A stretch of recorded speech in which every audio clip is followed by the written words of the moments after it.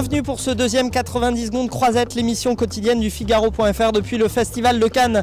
Aujourd'hui, deuxième jour et entrée dans le vif du sujet avec notamment la projection de Dracula ce matin, ce film italien anti-berlusconien qu'Olivier Delcroix du Figaro a vu. Il nous dit pourquoi il ne l'a que très peu apprécié.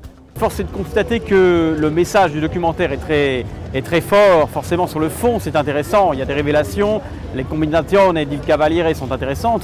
Par contre, malheureusement, on constate que sur la forme, le documentaire est malheureusement un peu dilué, un peu hystérique, un peu désordonné. Et autant sur le fond, on apprend des choses, autant sur la forme, on est complètement largué.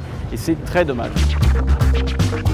Bon bah c'est bon, ça y est, les people se sont tranquillement installés sur la croisette. On l'a vu, Pharrell Williams a posé ses milliards de bagages au Martinez devant une foule de minettes venues des quatre coins de la croisette. C'est sûr aussi, Russell Crowe, après le tapis rouge de la montée des marches de Robin des Bois, sera sur celui du VIP Room pour présider la soirée de charité en hommage d'Haïti. En revanche, Robert Pattinson devrait revenir sur la croisette et rester du coup enfermé dans sa suite du Majestic pour fuir ses milliards de fans. Enfin, ce qui semble franchement compromis, c'est la venue des Rolling Stones au complet. Seul Mick Jagger sera là pour promouvoir le film Stone in Exile, dont il est le producteur. Et pour les 30 dernières secondes, comme tous les jours, un petit tour sur la croisette. Hier, on a vu Laurent Jalabert et Jeannie Longo. Et bien aujourd'hui, c'est Lance Armstrong qu'on a aperçu en pleine quête de reconversion. Mais heureusement, les fans sont toujours au rendez-vous.